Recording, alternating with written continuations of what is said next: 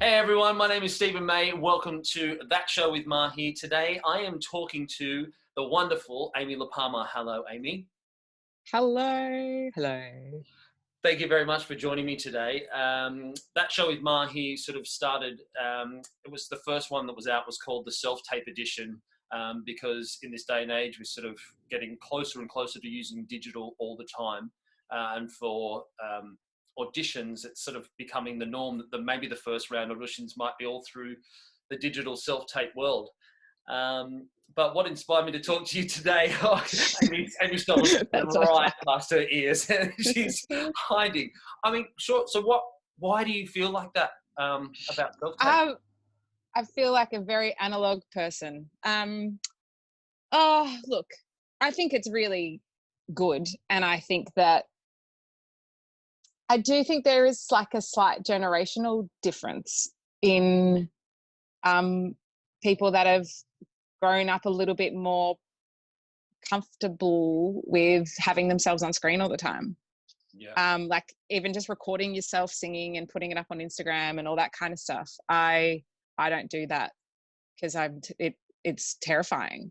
I Yeah. love live theater. I love the live medium, and I don't think that my opinion is a good one. I think it's just an insecurity thing, and I think I've got to get over it in order to keep working, because it's the reality of it, and I think it's good. I think it's efficient. I think it probably means more people get seen. It is a tricky one for theatre though, because I think there is some magic in the room. There's some magic on the stage that the screen doesn't necessarily allow for. So I do think that, the process does need to have a face-to-face element, because invariably screen cuts, amplifies some things, but also cuts out some things, and same with stage. So yeah,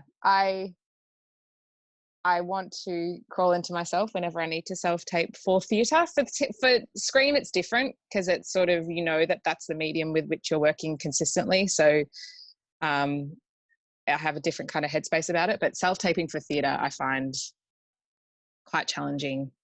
I find singing on tape really challenging. But I just got to get over it. And, what better time? What better time than now? What better time than now? So I guess going back, we met doing Follies with the production company in 2008, and there was no social media. There was nothing. No. It was lucky that I had a camera if I, took any photos of us backstage. So from 2008 to 2020, give us a little bit of like how you've gone in the industry. And I mean, I think people do know, and they've seen you in so many different shows. How have you felt how you started and to where you are now? Can you give us a little bit of a insight into? Yeah, it's it feels like it's gone really quickly. It's what, 12 years. And I feel really lucky because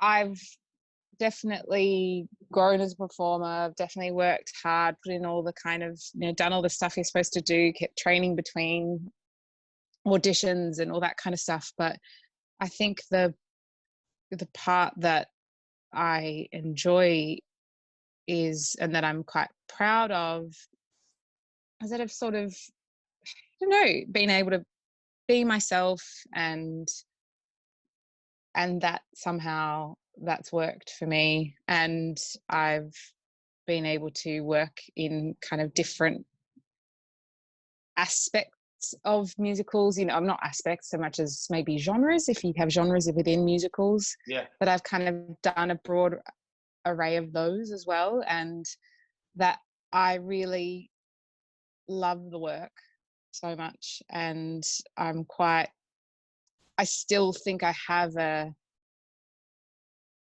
kind of same love I had when I started, which comes from a spot of really assuming I don't know a lot, and that every new show has a new something to teach me, which sounds kind of lofty, but I don't mean to sound like that. I mean it in a way that I think I've got obviously a toolkit, but for me, it's a very neutral toolkit. And I work on my voice so that I can sing a lot of different styles. And then I get really excited to work with a musical director that shapes the sound of the show, and that I get to put that into me. And I work, with the director and whatever the physicality or the costumes or whatever. I like the fact that musicals allow for you to kind of walk in and then create these characters that people love and I love, and stories that people want to hear. And it just doesn't get tired, because every new iteration of that takes you to a different time and place and a different group of people and a different set of skills. And, going from working with kids or with musicians or, just a small ensemble to a big, dancing ensemble. There's always just such variety. Yeah. And I don't think I'll ever get over that. Like, it's always a little bit shocking when you get to rehearsal and you look around and you see everyone, and there's the established people that you might be friends with or that you've admired for years, and there's the grads that are just like itching to be there but have got so much talent that you go, how have I ever booked a job? And then it all kind of comes together because everyone's got this kind of purity of intention, and I really enjoy that. So I suppose, long-winded way of saying that, every new show sort of feels a bit like the first time. Yeah. And I think that's what's kept me going this whole time. Every audition where I have a little like sniff that I might be right for it, I get excited about. And I'm really thankful for that relentless optimism, I suppose, because I think you sort of need it. It's not easy, but I'm lucky enough to have experienced enough work to know that the work is worth it, to have the optimism in the between times, I guess. Yeah. There's so many, you've played, so many different roles, but as a woman in theatre, I imagine there isn't a plethora of shows that are out there and you go, well, I can play all these roles. Did you sort of, when you first started, go, wow, like there's just so many men doing all of the shows and there are so many roles for men in all of the shows. What about now making decisions for your next roles? Do you think, are you going, right, who's going to produce that next role? Or is there someone out there that you kind of want them to write something for you or that you're inspired to play? Yeah, it's an interesting one. I think musical theatre, I think musical theatre is a woman-friendly genre, though I think we can start to be written better. I think that there's space for us to have more life and dimensionality, and if that's a word.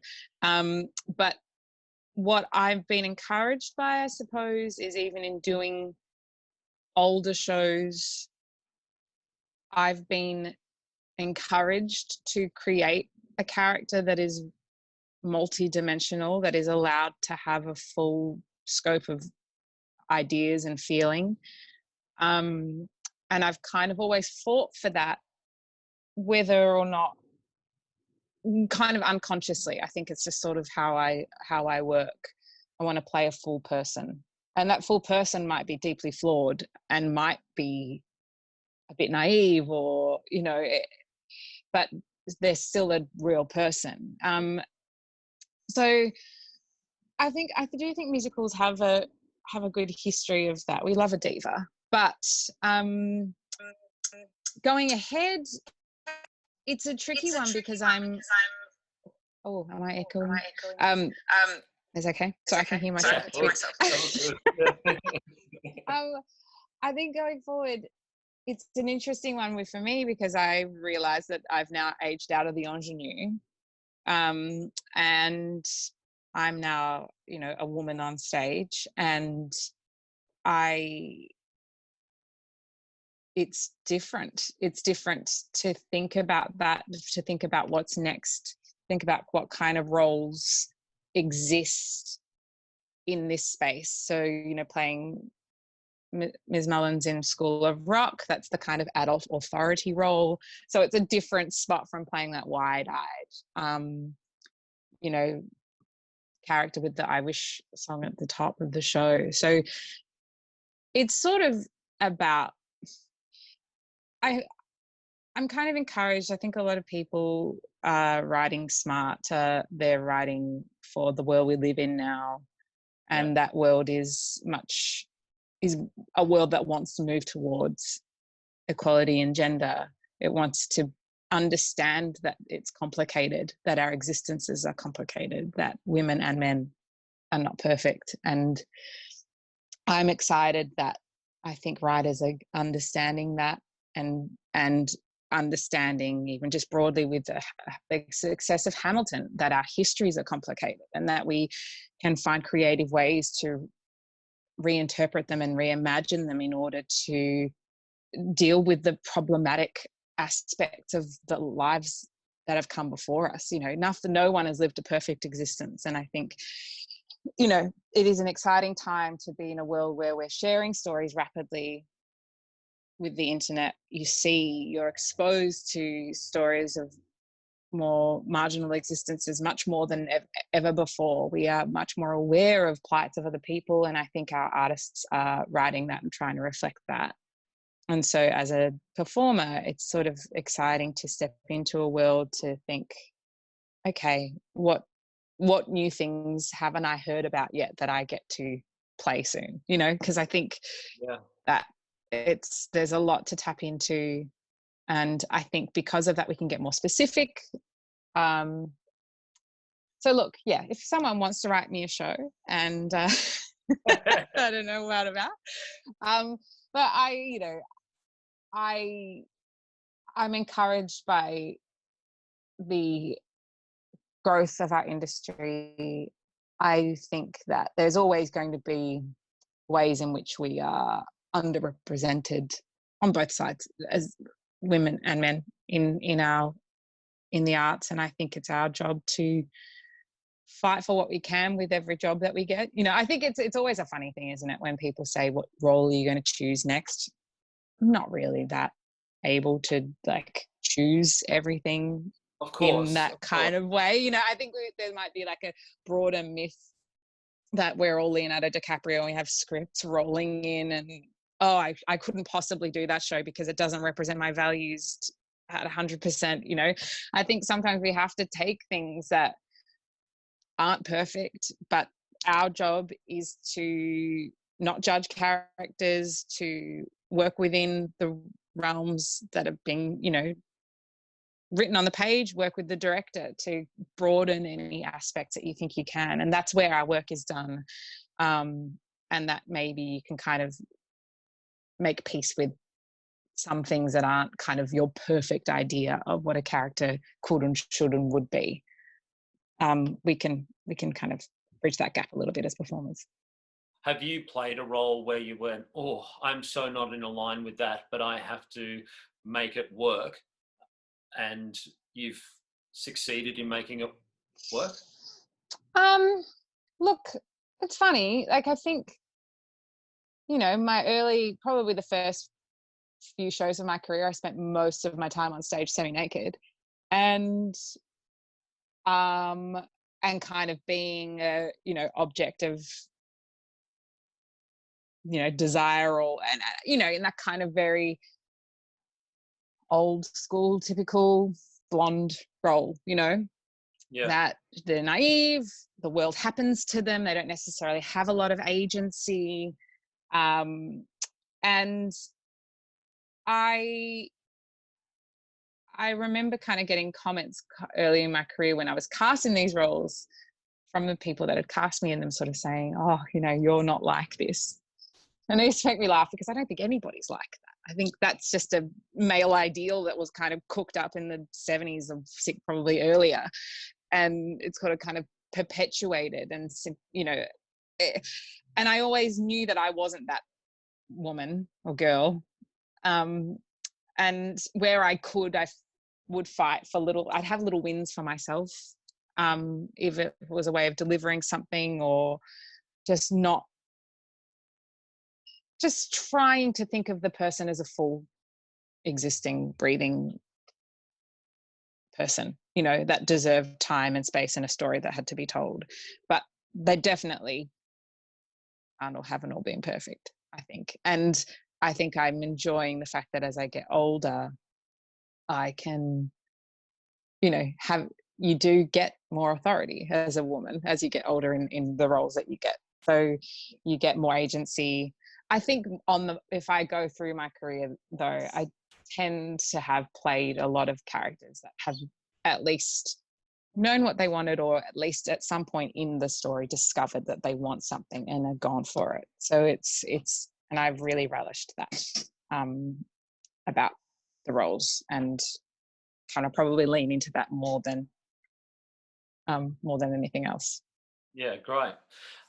So I guess for a lot of people that will be listening or watching, they would, how do I get to where Amy Lehpamer is, or what's some advice you can give to people, even in the our colleagues and things like that, to go, like Amy's always working, or Amy's played some great roles.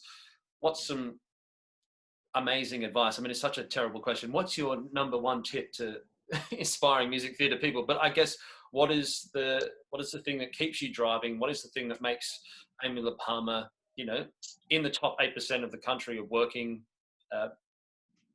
creator? Look, sometimes I ask this of myself because I don't necessarily know, but I think I really enjoy the work, and I think that there's an element of problem solving with every job that you go for, where you're kind of trying to make yourself fit a role, or make yourself fit from whether that's musically or performance wise or look wise or whatever. So I like that problem solving. I don't see it as a negative or a burden. I kind of enjoy that challenge. Yeah. And I like, when I audition, to think of the audition as part of that process. So it's not necessarily presenting them with a finished idea, but it's definitely a work in progress that I go in with. I don't tend to listen to cast recordings. I don't tend to base my performances on anything I've seen before, because I know that I can't emulate it. So I tend to try to work with what the idea would have been when the writers and the directors first put the show together, and what they would have wanted, and try to put myself in that world, imagining that I was at the first workshop on Broadway, or wherever, and how I would think of the role that way. Because I think the thing that I think we sometimes forget in the audition process particularly is that the creatives that we are thankfully really lucky to encounter so many times, been with this since it was just on the page. And for them, it's like a little child that they've nourished, and they have thought of 95% of the things to do with the show. But if you have to, it shows so much respect and care, and that you are kind of wanting in on their vision. And I do think that that's a really valuable way to just get on board with the work. And it's something that I think is important and underrated, because, yes, the keys are usually set, and yes, you have to be able to belt this, or you have to be able to do that. But then there's these weird, rare occasions where you walk in and they're just looking for an energy of someone that kind of gets this character. And then a week into rehearsal, the MD says, "Oh, do you want to take that down a third?" And you're like, "What? I could have, what?" All that stress of thinking that you had to sound like this person on Broadway, that, in that exact way and tone, is completely irrelevant, because what they're looking for is a quality. And the only way you can have that quality is by bringing yourself into the work. So I don't know. No, that was Very, that's incredible. You know, bring yourself to the work, because it is you. Ultimately, you're going to have to do it anyway. So if you're trying to copy somebody else and be somebody else, those cracks are going to come out eventually, right? And then they'll go, "Oh, but I thought you were that person." "Oh, no, I'm not." "Okay, well, I've just seen what I didn't want to see." Yeah, absolutely. well, yeah, it's just, and it's just underselling yourself. Like it's kind of more work at the top, but then the work kind of stops because you integrate with that character much more quickly. Yes. And you become, you get to be an embodiment of it, rather than trying to just always, look up and check in and see that you're doing it right. You get to kind of trust that you were hired for a reason. They saw you at your most authentic, and you get to follow that along. And it's really liberating, I think, if you can find that way. And it puts everyone at ease too, because it just means like you're up for work. You're there to play. Great. Well, Amy, this has been very inspiring for me, because it's nice to sort of see you on a different level and speak to you and that. I know that I'm inspired by it and have taken away so many light bulb moments and gone, oh yeah, I should do that too. I should do that. So everyone listening will have a fantastic time. So thanks very much for joining me. My pleasure.